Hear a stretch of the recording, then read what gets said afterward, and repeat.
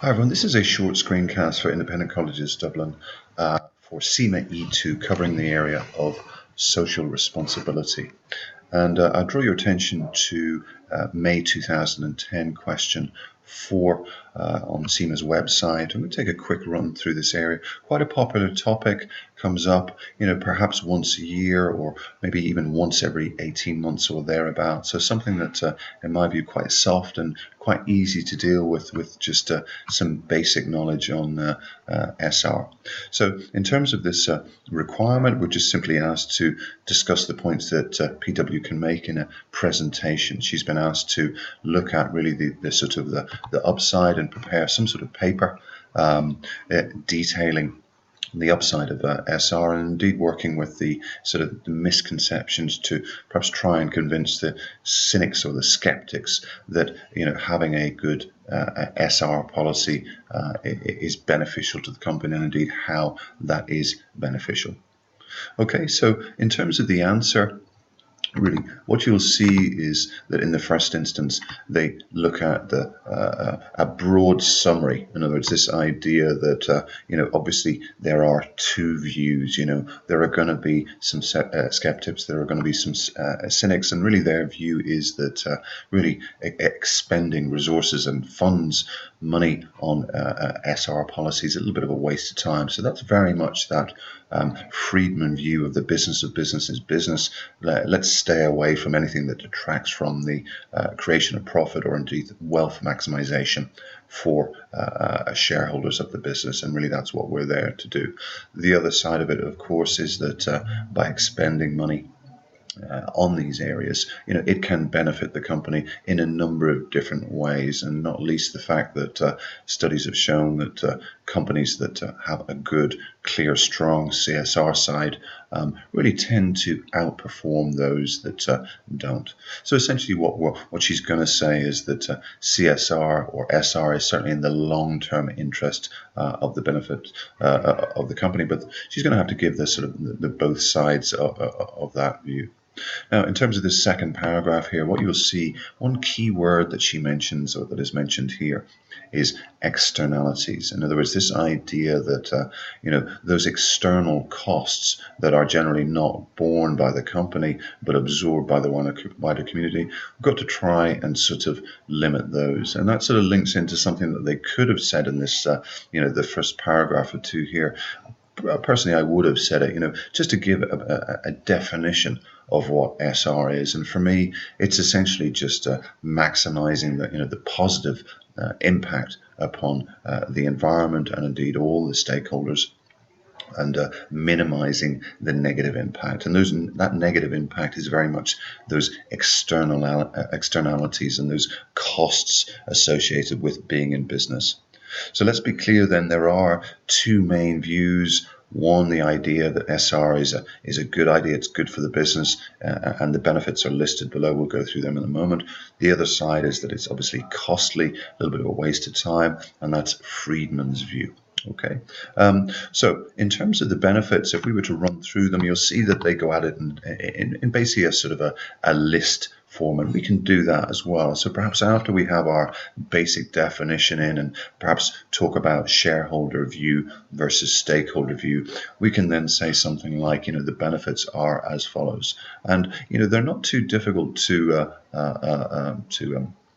detail, to be honest with you, because many of them relate to how an individual entity becomes more attractive to a variety of different parties as a result of having a strong sort of SR view or a strong SR side.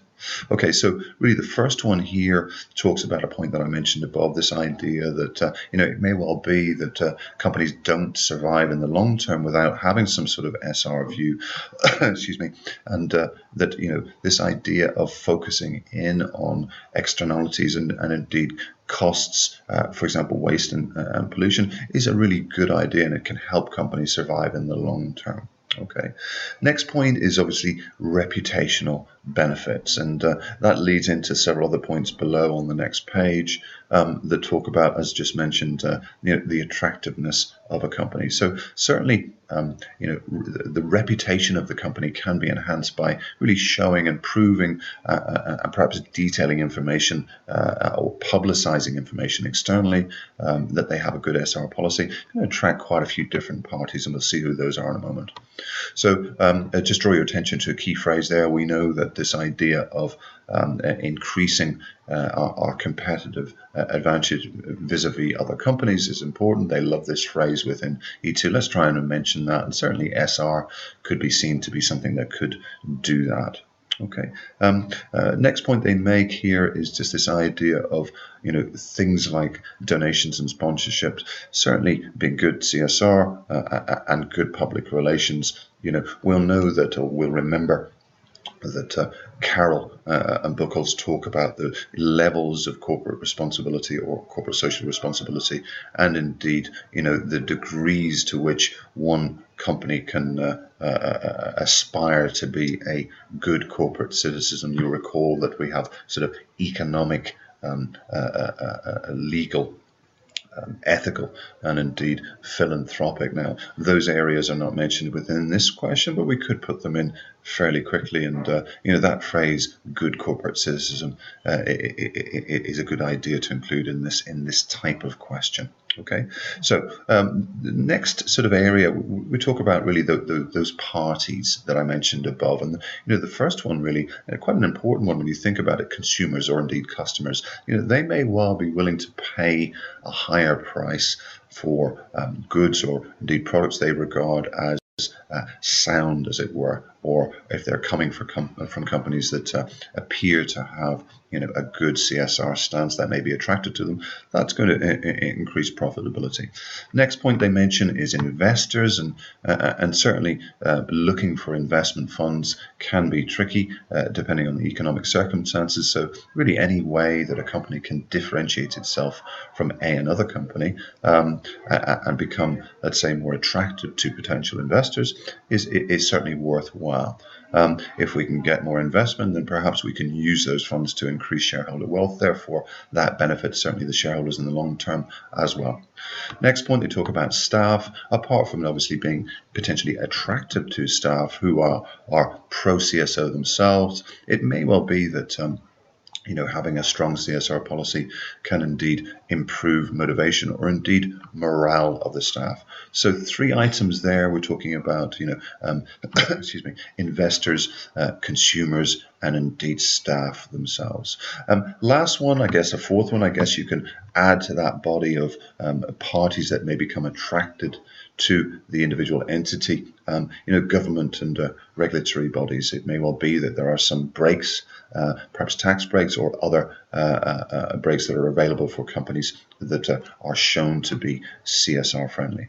So that was a quick sort of synopsis there, but hopefully you've got a feel for it. In terms of a key summary, I guess, although they didn't define SR directly within the opening paragraphs, I've been inclined to do that. So we're just talking about maximizing positive impacts, minimizing the negative impacts. We could have mentioned Friedman and his definition. I'm sure we're familiar with that.